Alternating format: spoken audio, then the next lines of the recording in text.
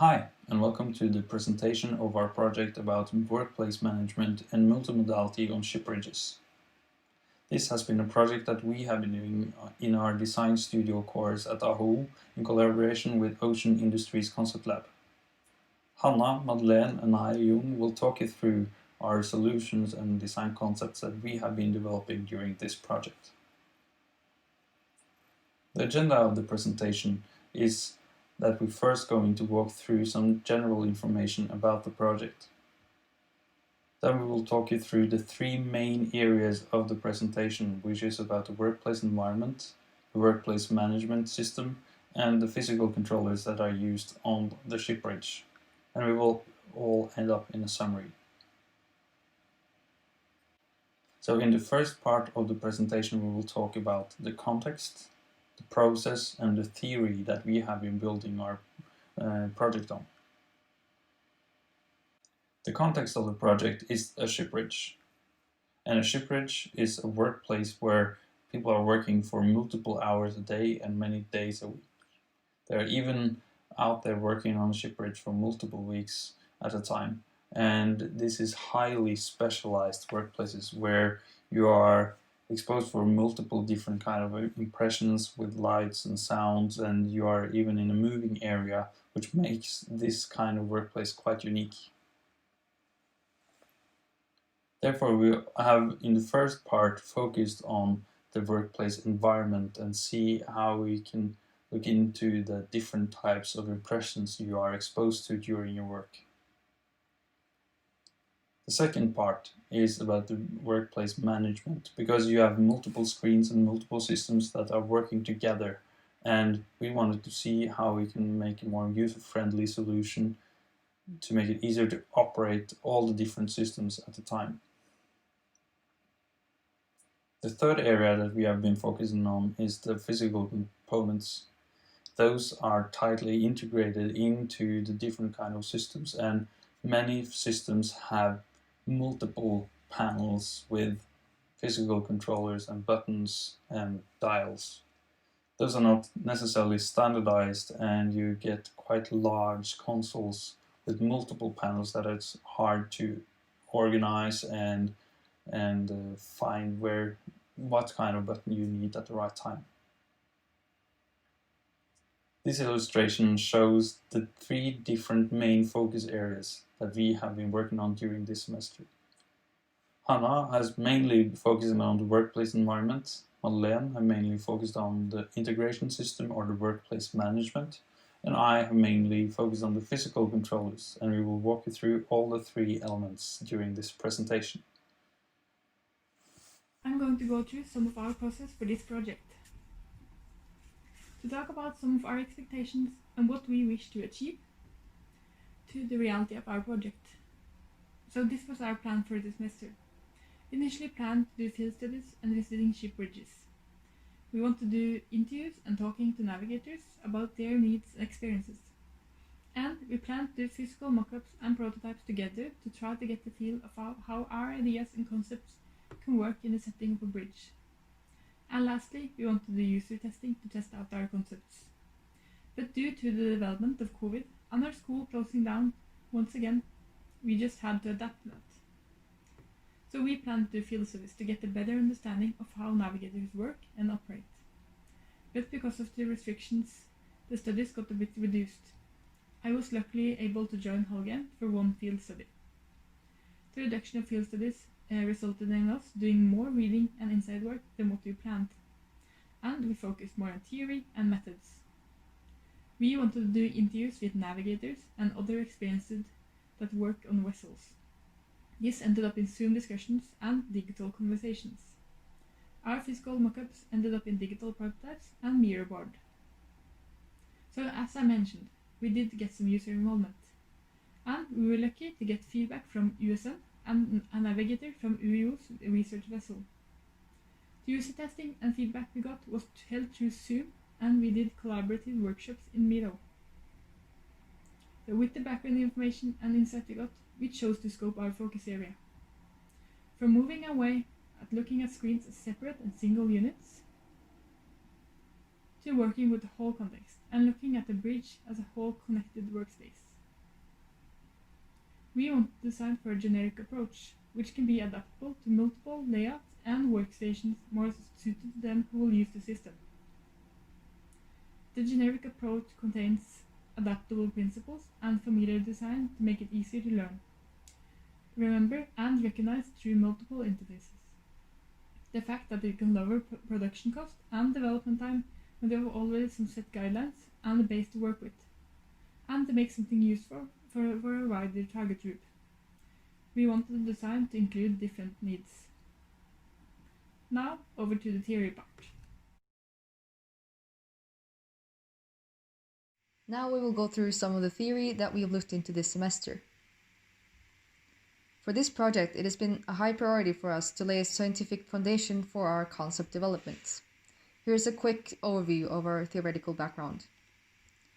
We have looked at Gestalt theory, which is about how the human brain sorts and prioritizes information.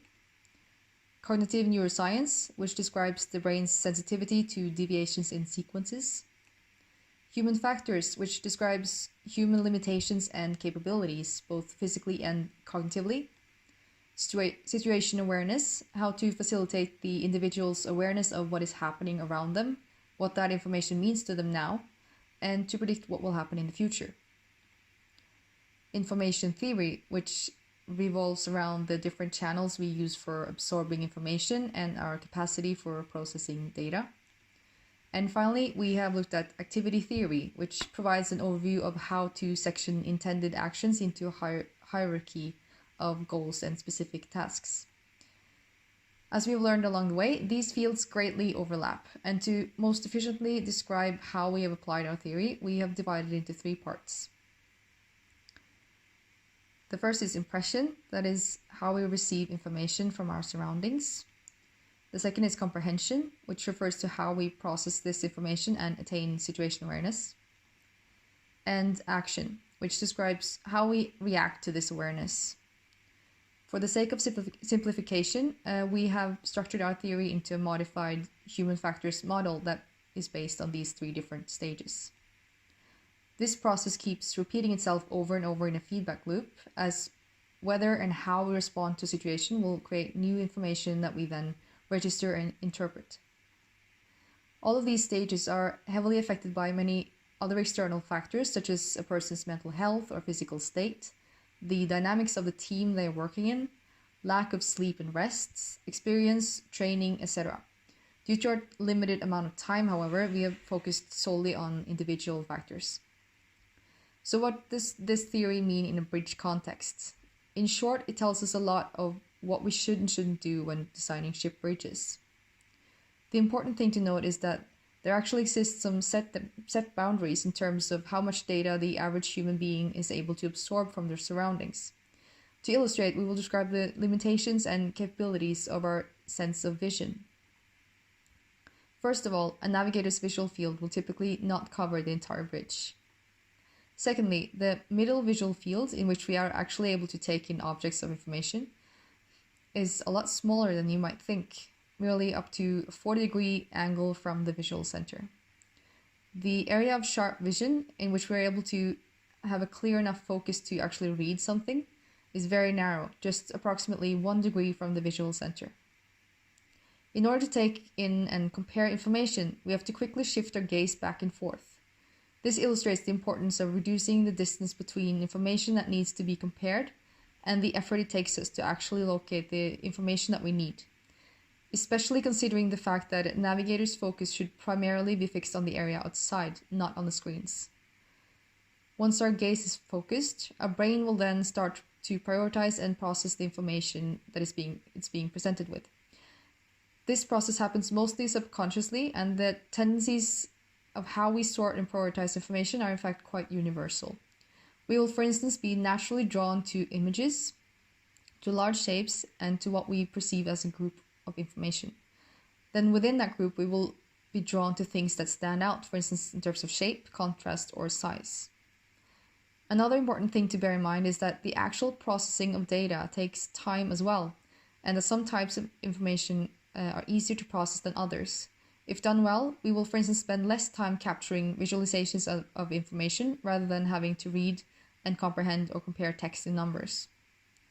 Once we've come to a conclusion about the situation and aim to respond to it, we will quickly have to make 2 steps of decisions: what to do and how to do it.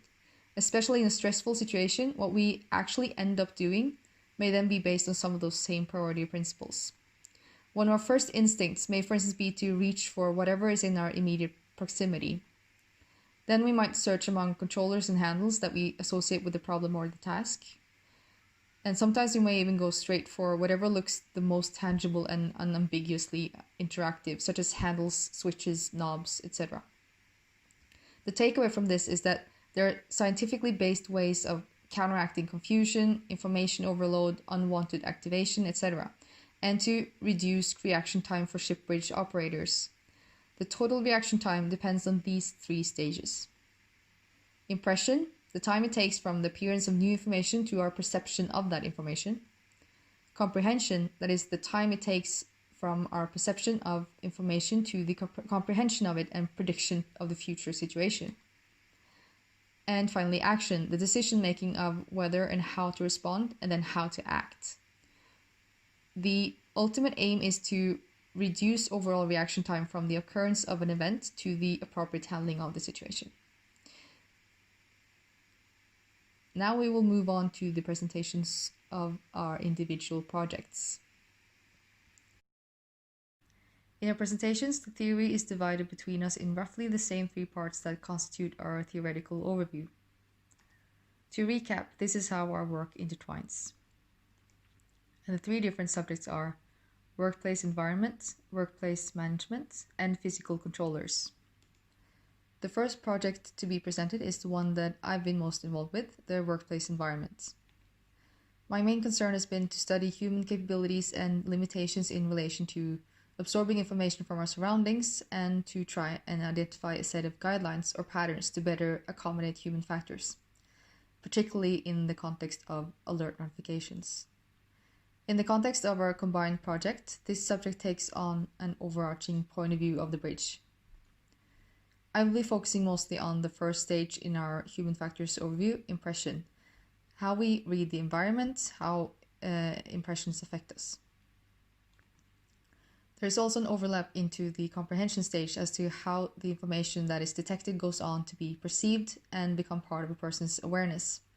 The first filter that the information from our surroundings needs to go through before moving on to the comprehension phase is the human senses. For the maritime industry, the 4 most important senses are vision, hearing, tactility, and balance and spatial orientation. On the ship bridge, all of these will play an important part, both in normal conditions and in more challenging circumstances. One of the most prominent sensory challenges is the extreme contrast of light conditions. At night, the ship bridge needs to be kept as dark as possible in order for the crew to maintain night vision, which allows them to see objects in the water outside. This requires finding the right balance between illuminating information that the navigator needs and not compromising the crew's night vision. At daytime, the crew will often have to deal with blindingly bright conditions and direct sunlight. At times, they may be blinded by sun rays that reflect on the water surface or on surfaces of the bridge inventory. Glare on screens and equipment may cover up and hide important information. These challenges will sometimes appear on top of situations that are demanding enough in itself, such as being caught up in rough seas, conducting complex operations, or handling a critical and potentially hazardous situation. Balance and spatial orientation is relevant for the navigator's sense of direction and tilt, and may also cause them problems such as motion sickness. From a design point of view, however, this sense is difficult to design for and has therefore been left out from further explorations in this project. Tactility is important for many reasons, such as perception of haptic feedback and a recognition of texture and other tangible characteristics. Due to shortage of time and limited opportunities for physical testing, however, tactility has been sacrificed for the sake of allowing a deeper exploration into 2 other important senses, vision and hearing. For my investigation of sensitivity towards auditory and visual impressions, I've used alert notification as the framework. My aim has been to both illustrate how they're currently not sufficiently adjusted to human limitations and capabilities, and to make suggestions for design guidelines that may contribute to making them play along with human factors rather than against them. The problem with alerts on ship bridges today is a complex matter, and the explanation of the real reason behind this will differ depending on who you speak with. The aspect that I have concerned myself with here, however, is the misuse of notifications, in particular visual and auditory cues.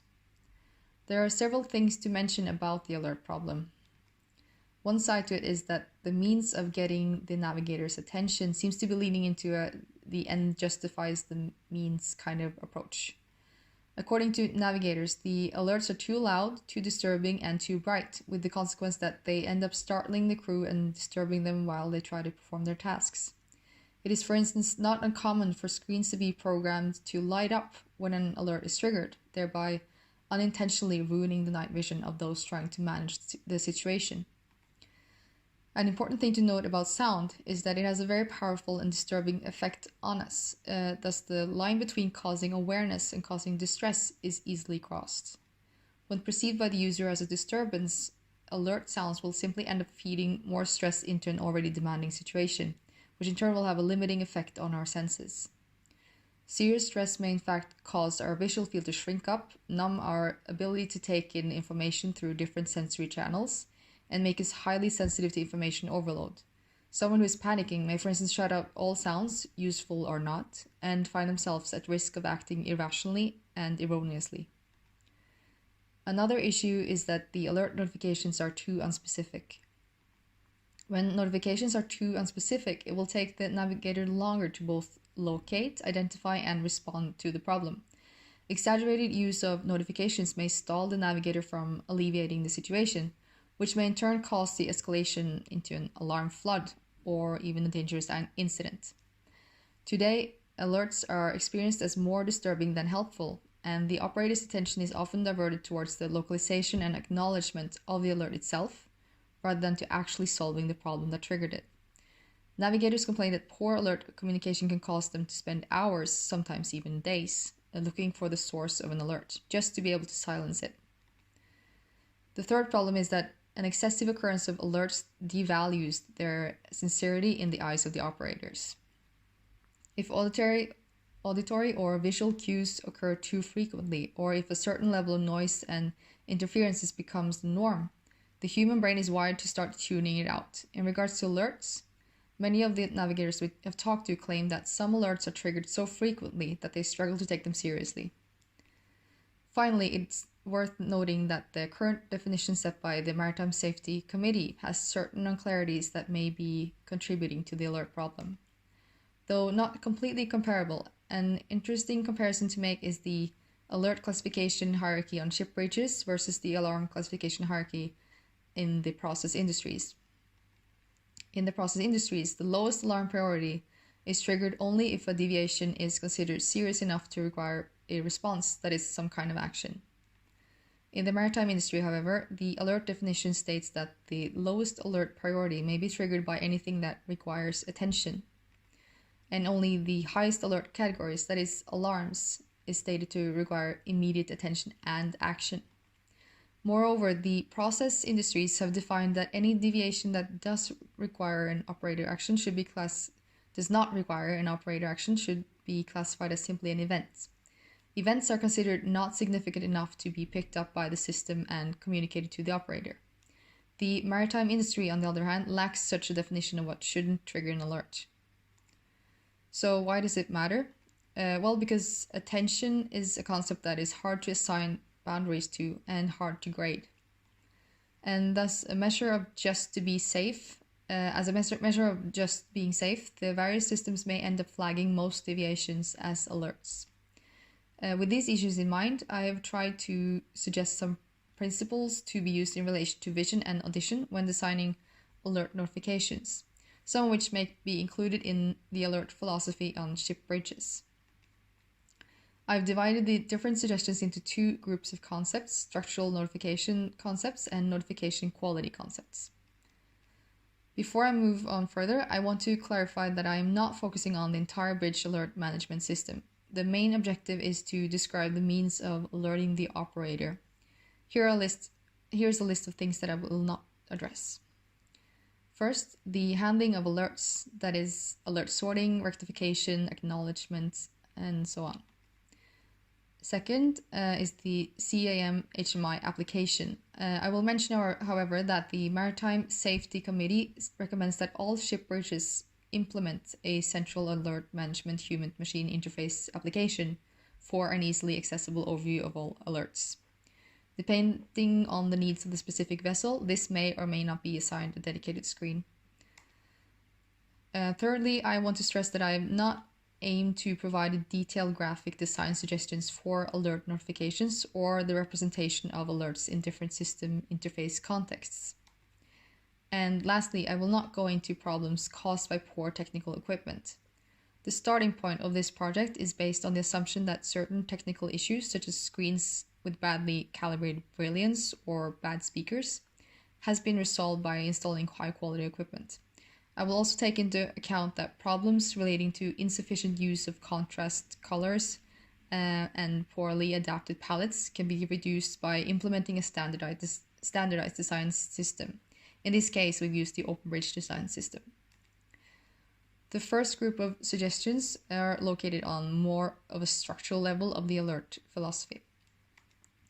I will begin with addressing once again the importance of making a clear definition of what will trigger an alert and what will not. The problem with using the term requires attention as the key definition of what is an alert and what isn't is that it leaves a lot of room for the system to decide what the navigator needs in order to maintain situation awareness. The problem with this is that the system is not capable of evaluating what will inform versus what will disturb the navigator. An alternative suggestion is therefore to adopt the require response definition that is used in the process industries, or something similar. At first glance, this may appear like a drastic line to draw, but it is important to note that the definition of what constitutes a response can be quite wide. A response can either be physical, for instance in the form of activating a function or performing a maneuver, or it may constitute a cognitive action, such as making further investigations into a deviation or performing a mental calculation. With a definition such as this, every detected deviation will be determined as either significant or insignificant. That is, significant enough to trigger an alert as a call for action, or too insignificant to unnecessarily disturb the operator. The second measure for improving alerts on ship bridges is to properly implement the basic hierarchy that has been defined by the Maritime Safety Committee already. Although there are 3 levels of criticality, the lower levels of caution and warning are seldom used.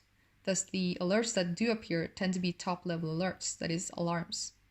In order to avoid startling the crew frequently and unnecessarily, it is important to set appropriate zones for low-level alerts with less interfering qualities. There is also a need for appropriate categorization and allocation of alerts. The rule should be that if an operator cannot address the situation, it shouldn't appear on his or her screen.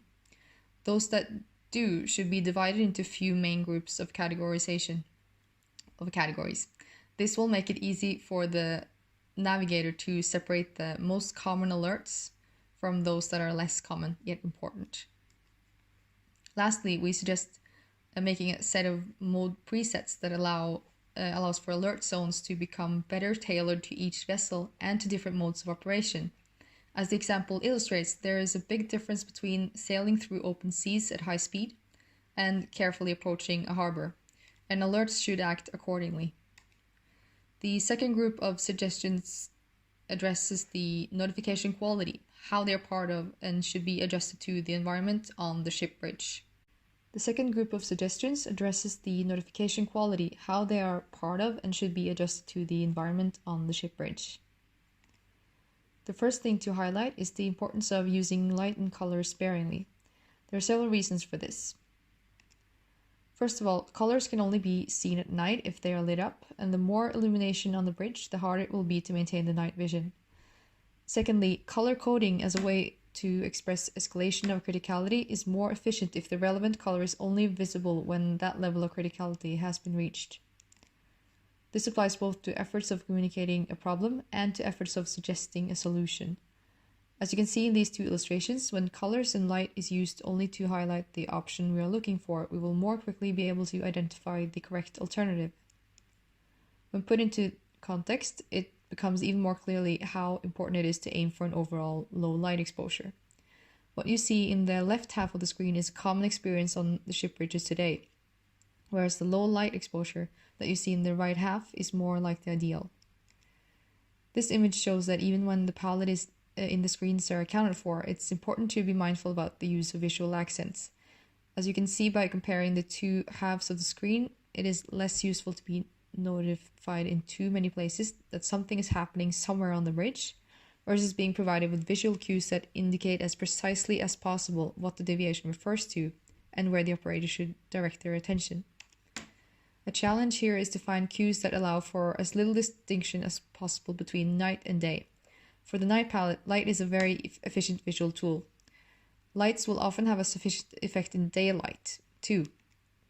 But the lighter it gets, however, the harder it is to rely on colors and light alone as notification cues, especially for light colors such as yellow.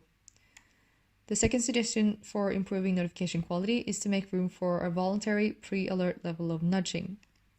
The idea is that this pre-alert level should involve visual cues only, which should be experienced as much less intrusive than alerts. Another important point is that they should not have to be rectified, as alerts need to be. Stressing again that this nudging level should be optional, the goal is, however, that they should be perceived as so subtle that they would not constitute a distraction for the operator. Should an alert be triggered, it would be clear for the operator that a deviation has occurred, which should not be ignored. As mentioned, color and light alone is not always enough. Another way to make it easier for the navigator to assess a notification is to make different categories of alerts distinguishable. This can be achieved by using different kinds of sequences and rhythms and apply them to both sound and visual communication, such as blinking or pulsation. For instance, navigation alerts may be characterized by one specific sequence of short sounds and blinks, whereas the sequence of other types of alerts may be slightly different. Of course, the two different categories should also have other sound qualities that make them distinguishable, but this will not be further explored here. Within each stage of alert criticality, an opportunity exists for exploiting human sensitivity to deviations and changes in sequences to communicate escalation and aggregation of alerts. For instance, if this is the pace of the lowest level of caution alert, the pace may increase with the number of additional caution alerts in up to several levels. An important thing to keep in mind here, though, is that changes that happen too gradually can go on undetected by the navigator. In order for this to be noticed, it's important to set some thresholds by introducing a new kind of sequence change. So instead of simply using tempo as a factor of escalation, another factor could be added at a certain stage, for instance, a change in rhythm. One should also be sure to assign certain factors solely to communicate increase in level of criticality, for instance, the intensity of the sound or the length of each interval. The difference should be very clear between escalation within one alert criticality and the change between two levels of alert criticality. When the alert criticality changes from caution to warning to alert to alarm, this should be perfectly clear. Not only from the change of color, especially since the difference between yellow and orange isn't that distinctive, but also from the change of nature in the visual and auditory sequence.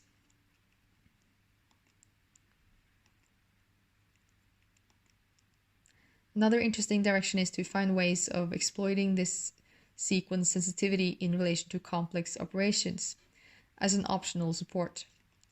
A rhythm may, for instance, represent proximity to a rig, an angle, or another piece of specific information that could be communicated through ticking, blinking, or even vibration. This would provide a much more efficient way for the navigator to keep track of the progress instead of having to constantly look down at the screen to, for instance, check numbers. So to sum up, here is an overview of a suggested notification hierarchy. There are many aspects to this that need further iterations and testing in order to reveal what may and may not work, but hopefully this project can provide some grounds for further discussion on the topic. I'll talk a bit about workplace management. The part I've been working with is the comprehension that refers to how we process this information. This is the area I've chosen to focus on. So, the situation as it is today. These are some examples of what you can typically find on ship bridges. There are a lot of buttons, controllers, and screens, each and every one with different suppliers and interfaces with no significant similarity and structure. Most navigators are used to work with this and are used to adapt to different systems. But we have found there is a lack of natural workflow and an overall mapping of many of the existing bridge systems. There are some problems currently existing that we have noticed being solved by creative DIY solutions. So the solution I'm presenting here are usually results of problems with no obvious fix as the systems are today. One of them is that it can be hard to navigate in content and the user wants to set it to stay in a certain way. A way someone has solved this is to put up a load of post-it notes and printed paper on the screen. This can be both information about how you use the system, but also reminders and other kind of notes. The second example is a screen with a lot of information. It can be hard to see the values most important to the user. It can also be hard to know which information you can interact with and what's only there as output. We have seen someone solving this with a cardboard plate above the screen, with a cutout to just show a few important values. In this example, it was to highlight and only see the information needed, and reduce light contamination. The last example is when the user has multiple screens, with keyboards and mouse to each and every one of them. It can be hard to know and remember the right controllers and connection. Some have solved this with the option of having only one mouse and one keyboard they can unplug and plug into the screen they wish to interact with. With the existing bridge solutions in mind, we have made a new suggestion for an overall integration system. The integration systems are meant as a uniform system with a predictable operational profile, where the user should easily understand the actions of input and output. The content marked with yellow are the areas I have chosen to focus on. So with some of the bridge solutions that exist, the user needs a high mechanical understanding due to the complex and diverse interfaces. With this, we wish to provide a system that allows the user to have a lower mechanical understanding and more easily understand what's going on all screens at all times. So by going from multiple screens and a separate system to one integration system with a uniform interface, we believe the user will be able to get an easier overlook and understanding of the system as a whole. With the integration system, you should have the possibility to do everything from one workstation and have full control over what you are operating and which screens you're interacting with. There are no screens only dedicated to one kind of content, and everything are looked upon as applications. So instead of moving from screen to screen, you can do everything from one place. The first part of workplace management is the operational screen. In this example, you have an operational screen on the user's right side. This is designed with touch as input, in addition to physical controllers. The operational screen comes from the need where the user should feel in control at all times. The overall goal is to make it simpler for the users to do actions specific to their need and to maintain a good situation awareness. The operational screen are an extension of the applications or just a kind of remote control. It's built up by different widgets, where the user should have the possibility to edit values, units, or other inputs that will be needed in relation to the chosen application.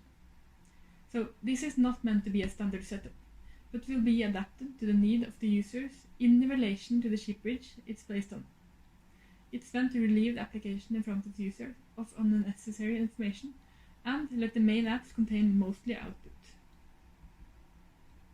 The second part I'm presenting is the home page. In this example, you have the home page on the user's left side, and similar to the operation screen, this is designed with touch as input, in addition to physical controllers. I know this is not unfamiliar to many of you, since I know there already are made some solutions of this. This is a place where you can access global functions and gather useful information. Some of the content can be global settings, modes, palette, personal user, and screen control, among other things.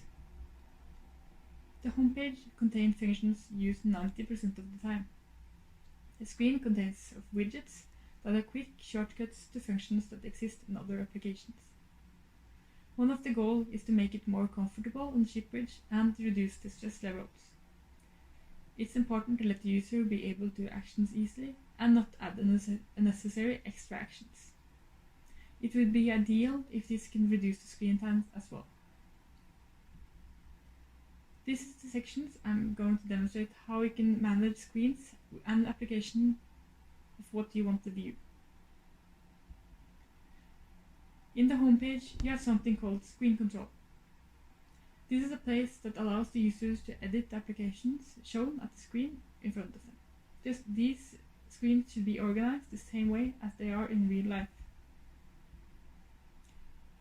This is an example of how the screen control application can look like, where you have access to change what's viewed in the screen. And then over to operational modes or modes. These are presets that can be accessed in the homepage. These will change content based on the need in the current situation. Modes are connected to what you view in all applications, homepage and operational control. This can also change application views and split screens and highlight information. Some of the modes can be open water, port, docking, bad weather, DP, high sea, fog, etc. The change in mode can be important for the user to maintain a high situation awareness to connect the action of the situation he or she currently are in. With the operational mode, you should have a shared situation awareness with the vessel about what's going on outside and close by. This is an example of how changing of the modes can work. Here, the system recognizes that your vessel is near a dock based on your route settings. When the user chooses to accept the mode change, you will see the layout and setup of the content changing. So, as I presented earlier, there are some problems connected to the setup as the system are today. We believe some of this can be solved with personal preferences. Personal preferences is a set of information or content changed and edited to a specific user need. This can be more visual elements, bigger fonts, size, or other things. But this does not mean that the user can do whatever they want. We use OpenBridge guideline that will set some limits regarding font size, color, and organization. So, since we allow the possibility to have a personal user, it should also be a quick way back to a standard view. This can be a situation where more than one user are operating at the bridge. And when I say standard setup, this does not mean back to fabric setup, but a setup adjustable to the bridge system. By that, the system have been changed by the captain or some other in charge that knows what's needed there. And to eliminate the fear of trial, we have introduced a back button in both homepage and screen control. We wish to allow the user to do edits and changes without losing track of the last information they had. So, in relation to what I have presented, I want to talk a bit about information overload. Information overload is a byproduct from advances in technologies. And information overload is quite similar to workload problems, where we have too much to do. And this can have negative consequences for the situation awareness. So there's a set limit of the amount of information a human can perceive at the same time. And we all have a limited capacity to process information. Even though we want to give the user a lot of information and keep them informed, this can have a reverse effect by them being overwhelmed. So when designing for something for a user, we always have to keep this in mind. Hi, my name is Jon, and I will now talk to you about the physical controllers that I have been working on during this semester. The physical controllers are the third main area that we have been focusing on during our project, and it is the physical buttons and dials used to target different functions in all the applications that are used while navigating the ship. This will also target the last part of the model showed earlier, showing our theoretical background for this semester, which is about the action you are taking after you have done your processing of the information and you want to take action based on what you know.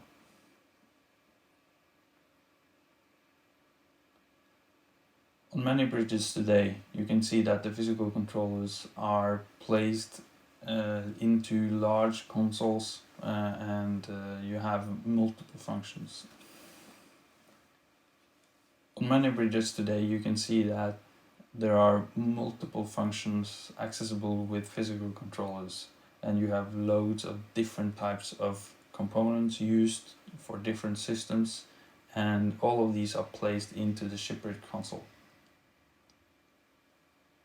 This results in physically large consoles which take up a loads amount of space, and it can get quite hard to organize them and to orientate yourself while you are navigating the ship to find the right function to the right time. You have seen that many functions are represented physical, and you have many different types of functions placed all around on the bridge console. To resolve this, many systems today, or new integration systems, have moved different types of functions over to touch screens, which is accessible either on different screens or into different menus. The drawback from this is that different types of functions might not be accessible when you need them, and for instance the US Navy actually want to reverse this development and replace the touchscreens controls with mechanical ones after an accident in 2017 on the destroyer. So during this project I have had three main focus areas. The first one have been to organize and standardize physical controllers used for system inputs, and the second one have been to see how we can operate frequent and critical tasks with physical controllers while using less amount of space than we use today. And the third one have been to create a generic input unit for system navigation and input, so think the rollable used for system inputs and different types of screens. So here I looked into if we can create one global unit for system navigation. In this project I have created three controller types which all can access the same functions in different ways. So you have the global controllers, the contextual controllers, and the dedicated controllers.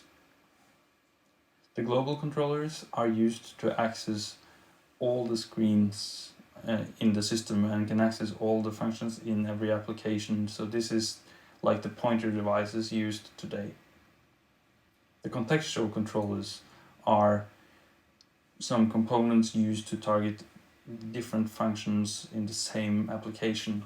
So this is directly related to the active application currently used in the system. So if you change the screen or change the active application, the functions of the contextual controller would change to the active application. The dedicated controllers are used to access a specific function in an application, so this is directly related to one function in one application. This could be, for instance, changing the radar gain or C, for instance.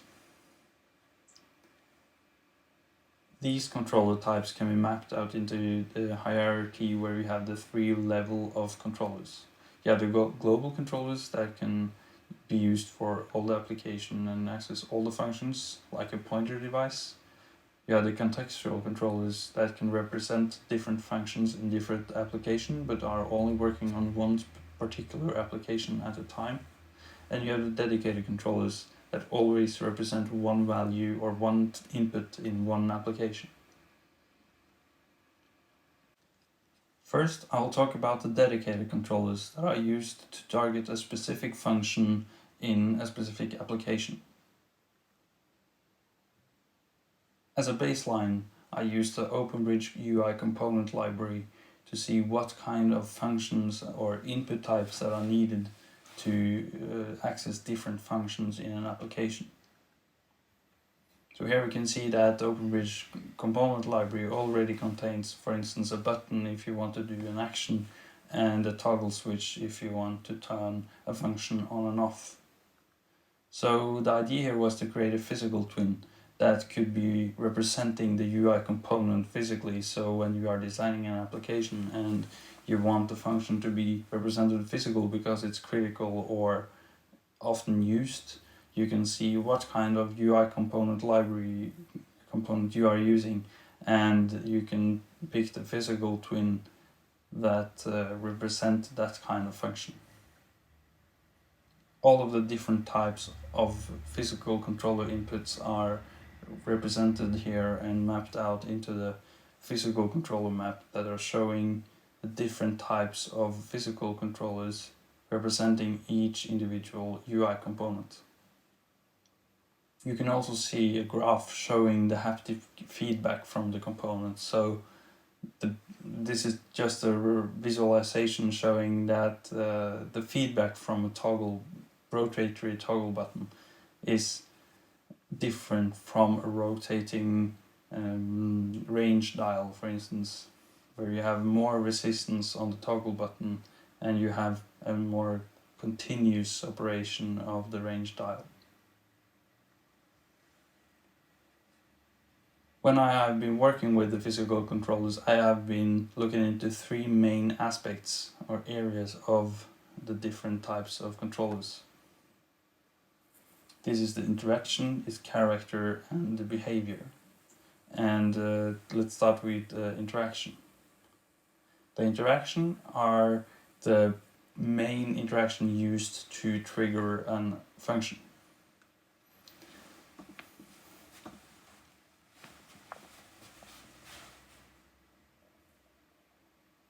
While I have been working on these physical controllers, I have been looking into three main aspects of the physical controller.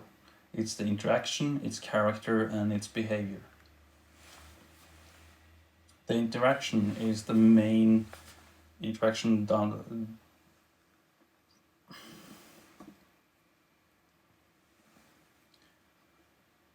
During the project, I have been looking into three main aspects of the physical controller to evaluate its shape and how it should be used. So it's the main interaction, its character, and its behavior. The main interaction are different ways of operating the physical object or the physical component.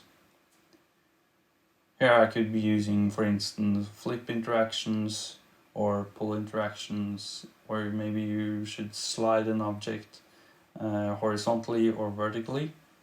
But I went with the click interaction and the rotate interaction, and the reason for this is that those are maybe one of the most used or some of the most used interaction, but also because it's easier to create contextual and global controllers based on this interaction. It's harder to standardize a flip interaction, for instance. The second part I have been looking into it is the character, because this is a way to differ the different components from each other. So even if they are using the same main interaction, they could have different characters to make it feel different in your hand and look different when you are looking onto it on the bridge console. So here you can see everything from having one shape representing all of the different interaction. So you can have a knob that you can both click and rotate and double click, but it will visually appear the same. But in the other end, you can see that I've looked into how all the different functions can have each an individual shape to represent the function, and see how you can hint the interaction of the component, and also that it feels differently in your hand. An example of this are the rotatory buttons or rotatory dials that you can use, that all use the same main interaction, but they feel differently in your hand. So you have the option dial that are shaped as a triangle with the pointy end pointing towards the currently selected option. The option dial here shows that you have an edge for each step in a list. So think if you open a toggle button and you click this dial to open it, and you can rotate the dial to change the currently active option. And the range dial only have one edge showing the active area of the range. So this is the pointy end shows where it is within the range of minimum and maximum. The third aspect I have been looking into is the behavior. So this is a way to differ the physical components and the main interaction used for the physical components from each other. For instance, when you have a physical action button or a click button, you only click it once and it will pop up to its main state. But when you are using the toggle switch, you have to click on each end of the component to change the state. This is to make sure that you don't click it one time too much to toggle it on, but you will feel that the component is toggled on and it's a distinct position diverged from the off position. A check button will also be placed or stick down when you are click it once. So you will feel on the plate it's placed, for instance, that is lower than a default button. When you toggle it off or uncheck it, it will pop up again. This will also count for the rotatory dials. So if you have a critical action, you rotate it 90 degrees and it will pop back when the action is performed. But when you have an on and off switch, you need to rotate it 90 degrees clockwise to turn it on, or counterclockwise to turn it off. The range dial is a more continuous movement or continuous interaction that points towards the part of the range that is currently active. The resistance will be more consistent and it will stick where you left it. These are just some examples of the physical components that have different main interaction, different characters, but also different behaviors, all to make them individually unique and make it easier to feel it in your hand and reduce the head down time while using the functions. What you can do then is, if you have an application that needs a physical representation, you can create panels of the physical components. This should be mapped out, for instance, to pick the most critical operations and the most repetitive tasks that are needed to be physical represented for each application, and you can place it out onto a physical panel. This could also be global functions like dimming or alert handling, where you can use the same types of functions to have a standard way to operate the different inputs needed in the system. So now I am looking into the dedicated components, and we can move on to the global components, which is the top-down way of operating a component. The global controllers are used to navigate the system, and many will think of it as the rollable that you use today.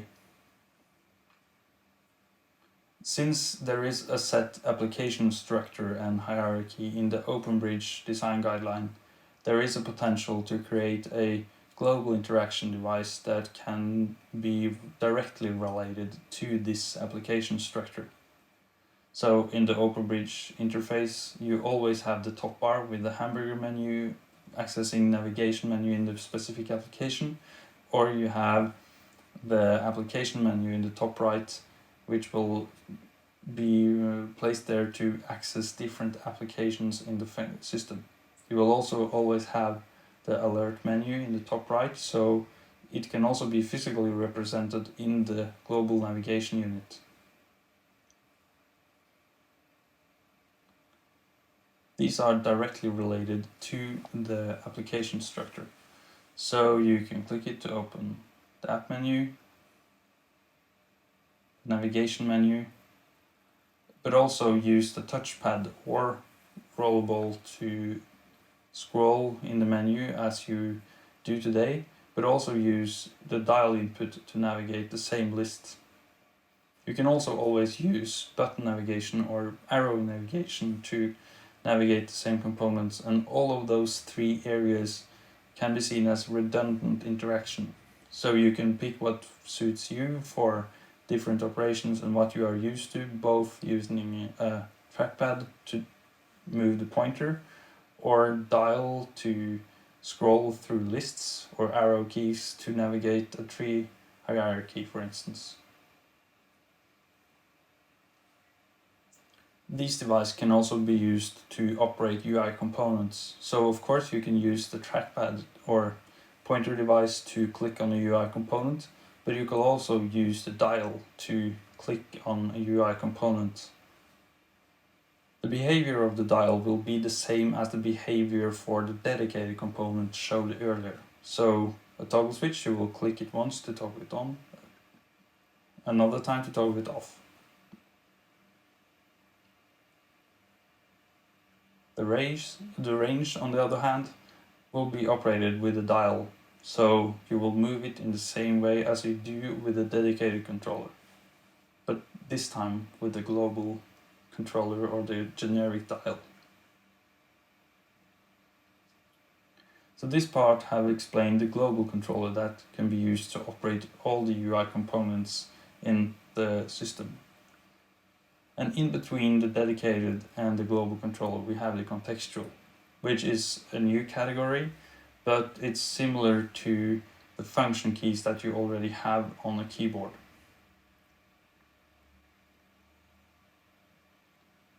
The contextual controller are seen as a panel that will operate the active application and change its setup or functions based on what's currently active. So for instance, for each click interaction or click component, you will have a contextual representation. So each of these dedicated click interaction can be represented as one singular button that you can place out on a panel. The frame you can see around is the screen representation. The same for the dials.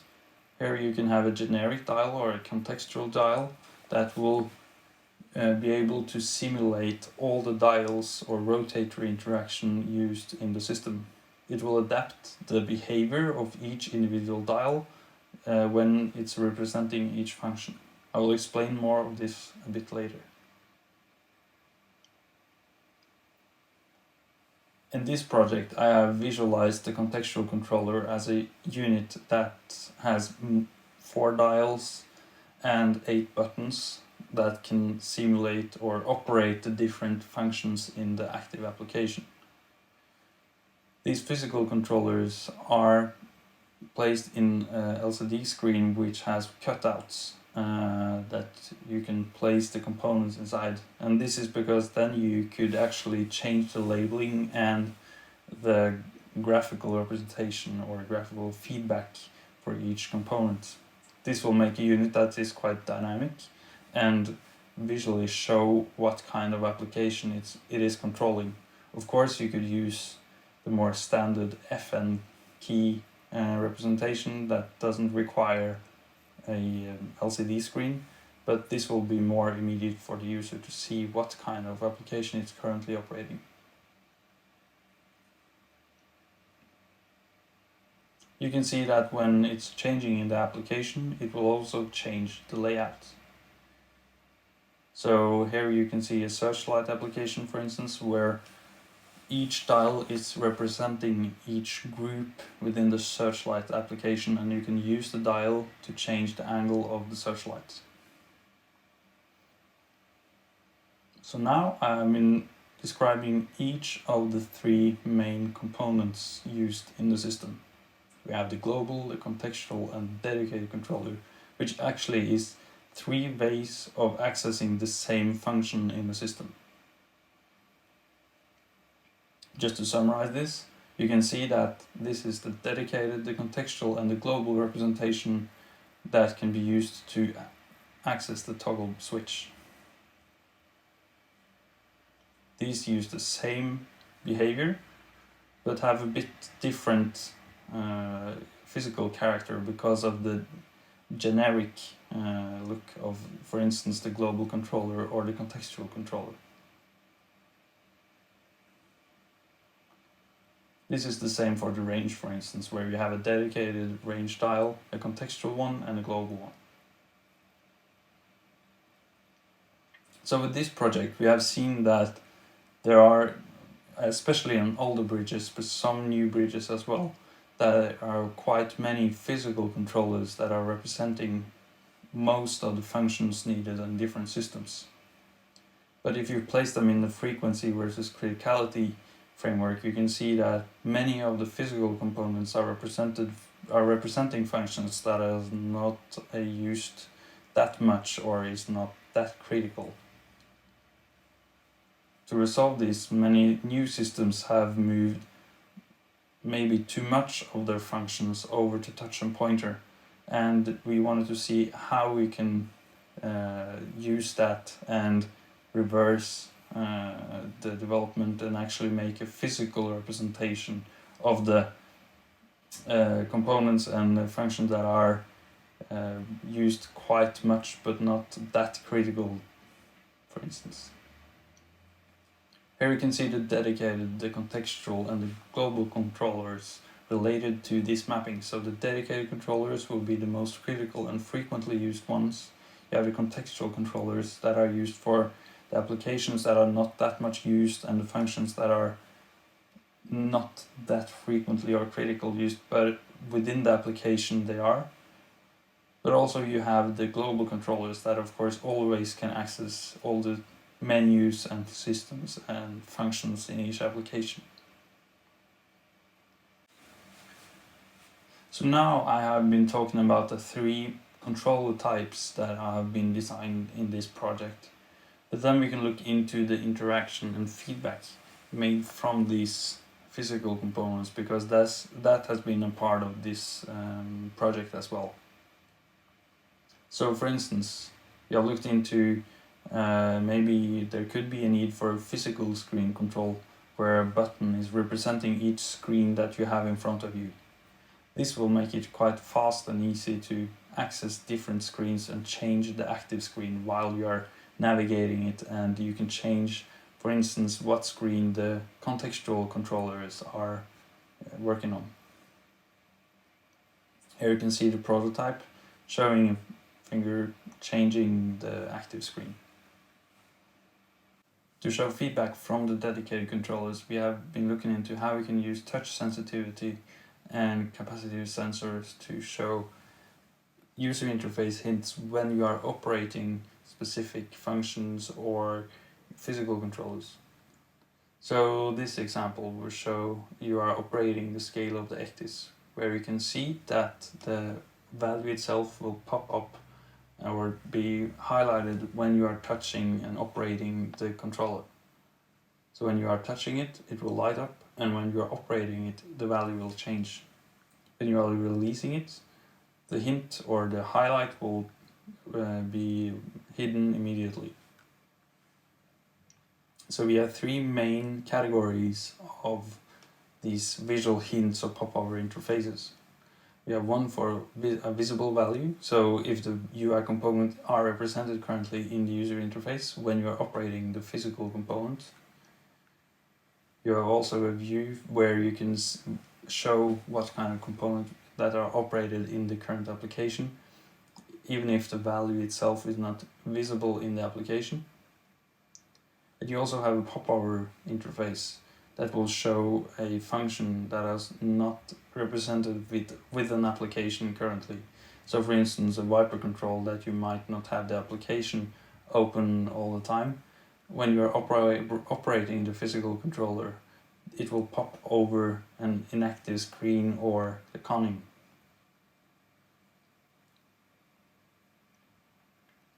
So this video shows an early concept of these pop-over interfaces. Here you can see that the UI component will pop up. In the later concepts, we also have the top bar indication to always have the same place or a similar way to show the interaction. Then the user always can look to the top bar when they are operating a physical controller.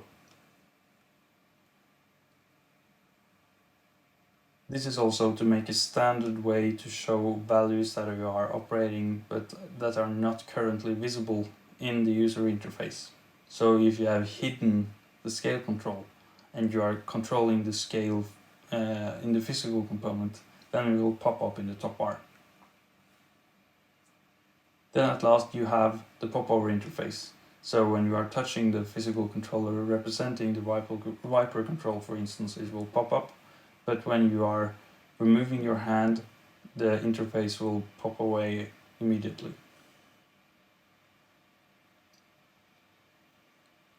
This shows the control structure that we have used as a baseline in this project. We have not particularly looked into the best way of placing these controller types or the panels for best ergonomically placement, but we have made a structure just to make it easier to visualize the different controller types.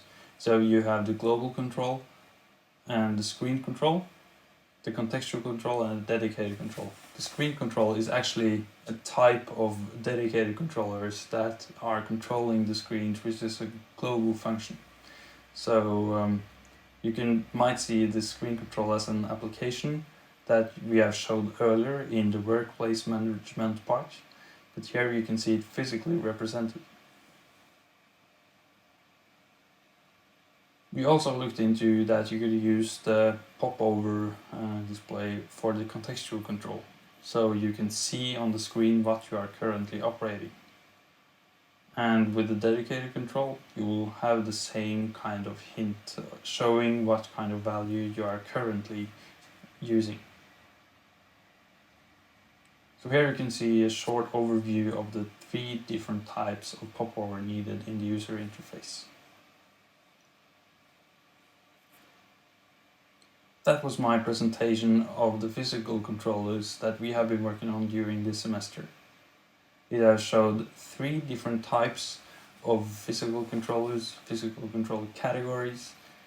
Also shown a map of physical controllers that are physical twin to the UI components in the OpenBridge library.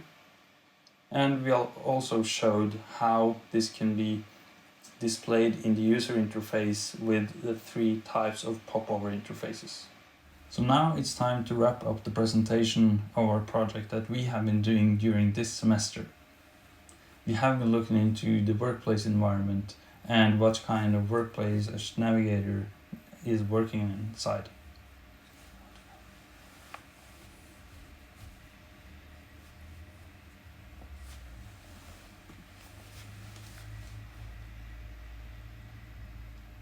So now it's time to wrap up the presentation of the project that we have been doing during this semester. We have been looking into the workplace environment, explaining what kind of impressions the navigator is exposed to during their work on a ship bridge. We have also looked into the integration system or the workplace management containing all the applications and systems needed when you are navigating a ship. But also we have looked into the physical controllers that are controlling these kind of systems, and all of those 3 are a part of the workplace environment and management that you need while navigating a ship. So now all I want to do is to thank you for listening to this presentation, and feel free to contact us if you have any questions. Thank you.